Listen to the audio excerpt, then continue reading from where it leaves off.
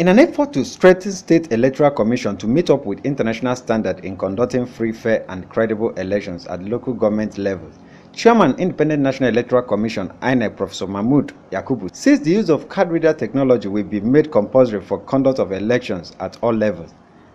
Professor Mahmood stated this when he received a delegation of Forum of State Independent Electoral Commissions who paid him a courtesy visit at the Commission's headquarters in Abuja. Professor Mahmood, while reassuring the forum INEC's readiness to partner with them, said time has come for state electoral commissions to take a step further in the conduct of local elections in Nigeria. You know, we have been collaborating in so many areas, simply because even if we are national and you are state commissions, the responsibility is national. So both of us owe a duty to the Nigerian people to deepen and manage our democracy according to the laws of this country and the provisions of the Constitution. I hope also that very soon the use of technology will also become mandatory in the conduct of local government elections. Whatever we can do to strengthen the processes at the local level, we'll continue to do so within the bounds of limited resources. Earlier, Chairman of the Forum, Gloria Obong, in her remarks, called on INEC to help State Electoral Commission have access to its register in order to enhance the conduct of elections in various states across the Federation. We think that if INEC and CX collaborate, we could have an agreement where we can say, how can we use this instrument that you have brought in? Because we use the same registers, and then if we use the same register, we think that the CX can also make use of the card readers. We can sit down and talk about it. How are we going to use it? You know, what is the input? What are the CX bringing into it, and what is INEC bringing into it? And we sit down and agree on the use of these instruments. From Abuja, LM Chukwameka reports.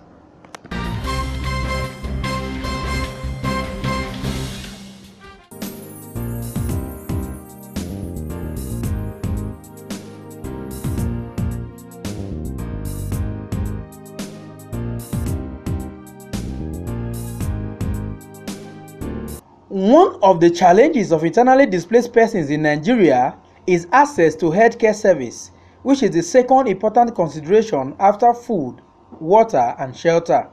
For the people living in Guruku Interfaith Relocation Internally Displaced Persons Camp in Mararaba Aso, a suburb of Abuja, access to healthcare is a major challenge, as the only source of medical presence is the relocation camp clinic built by the Swiss Embassy, Abuja, which hardly opens for lack of personnel to run the place.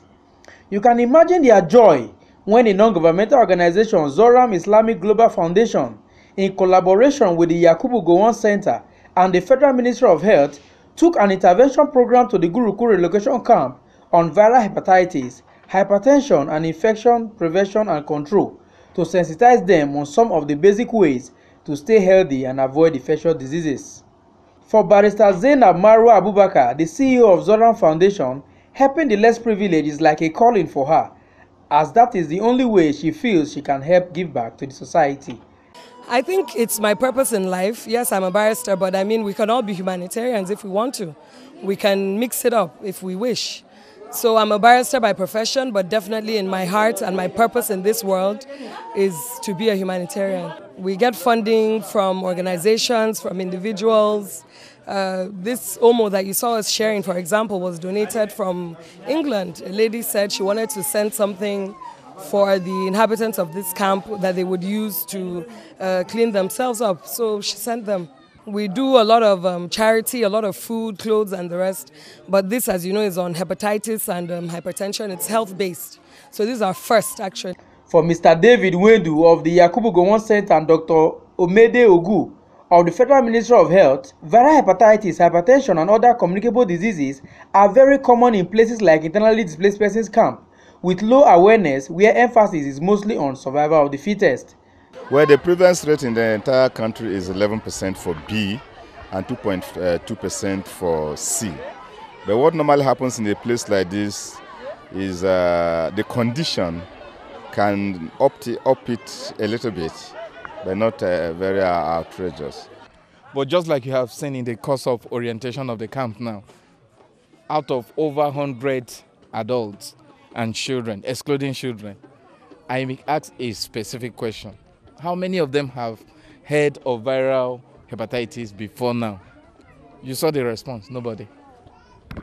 So from this meeting now you could see that the awareness level is a major challenge. And if people within the community, the general population, don't know, how then can there be outcry for the control of this disease?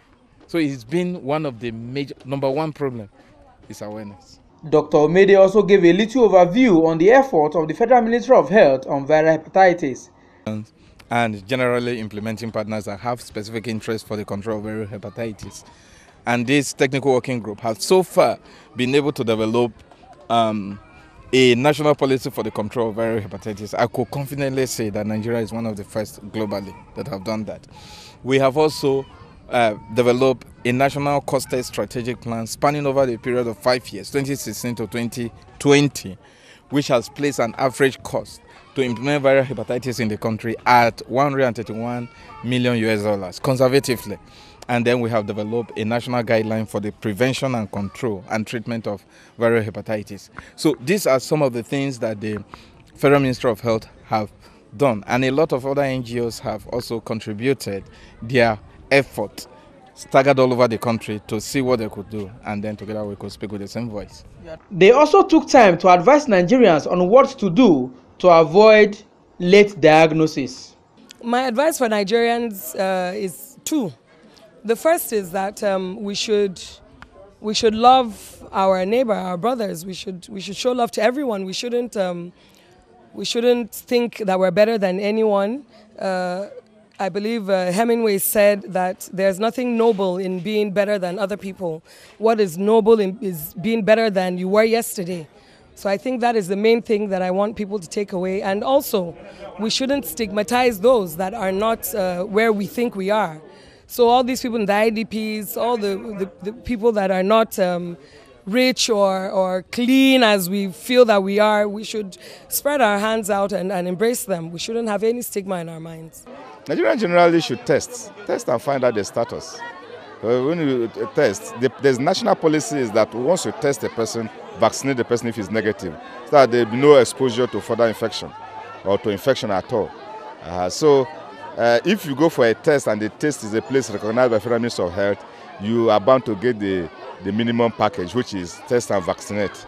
So I encourage Nigerians to go ahead, test, and if the person tests negative, he gets vaccinated. If he tests positive, go for further evaluation so you know how the management is going to be, whether it's a chronic issue or a clinical case or an acute case. Know your viral hepatitis status. If you don't know, go for a test. Protect yourself and your family. The visit, which featured talk and awareness section, gave room for the displaced persons to ask questions bothering them.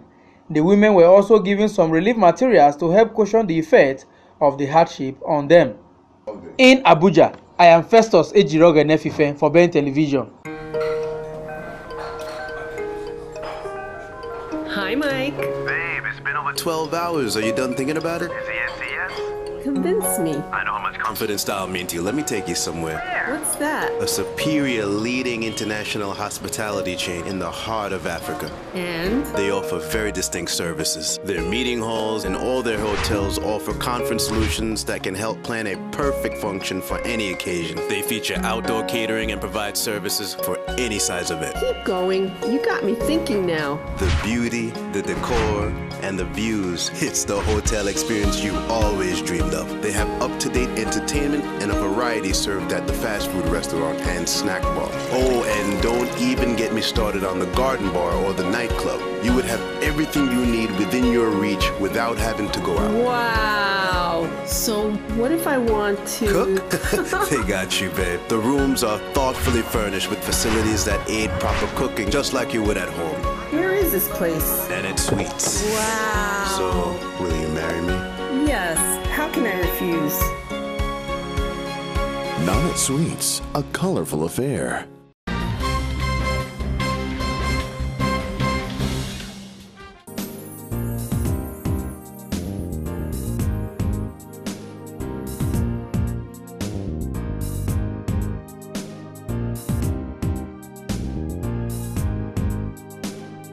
President Muhammadu Buhari has approved the appointment of Mohammed Babandede as the Controller General of Nigerian Immigration Service.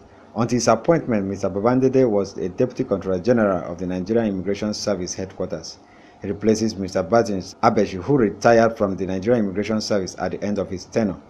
In a related development, the President also approved the appointment of Ahmed Jafar as the Controller General of Nigerian Prison Service. Ahmed Jafar was an Assistant Controller General of the Nigerian Prison Service headquarters. He replaces Peter Ezenwa Bendo, who retired from the Nigerian Prison Service after the mandatory 35 years in service.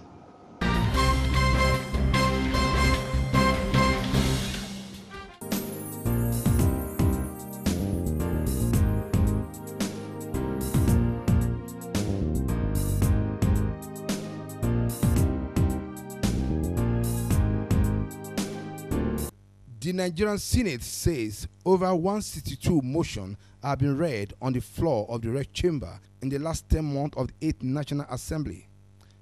Chairman of Senate Committee on Media and Public Affairs, Senator Sabi Abdullahi, made this known in a chat with journalists in Abuja. For the records, let me say that as of today, we have over, because I'm not sure we've been able to get the full number, but so far we have gotten up to April nothing less than 162 motions have been read in the floor of the Senate. And these motions, like most of you must have been following, are aimed at addressing certain deficiencies, correcting certain bad practices that we have seen, or bringing to the fore certain issues that ordinarily are left unattended to, or even commiserating with Nigerians on certain unfortunate or sad events that have happened. The Senate spokesman also disclosed that over 125 petitions have been received and treated by the Senate during the period under review. That we do, receive petitions through various senators, and on this there was nothing less than 125 petitions that we have received, bordering on people who have been mostly unjustly terminated or sacked from their job. And I will recall one that I brought to the press corps, if you remember, which was sponsored by my good friend Senator Olamilekan Adeola, having to do with somebody who was dismissed verbally from the police for over 20 years. His family suffered, his children suffered, and in fact he went through hell. And I think through the instrument of the Senate Committee on Public Petitions, my good friend Senator Anyanwu, that committee was able to get to the bottom of that crisis or that issue, and that injustice was corrected. Muyiwa Bamdele reporting from Abuja.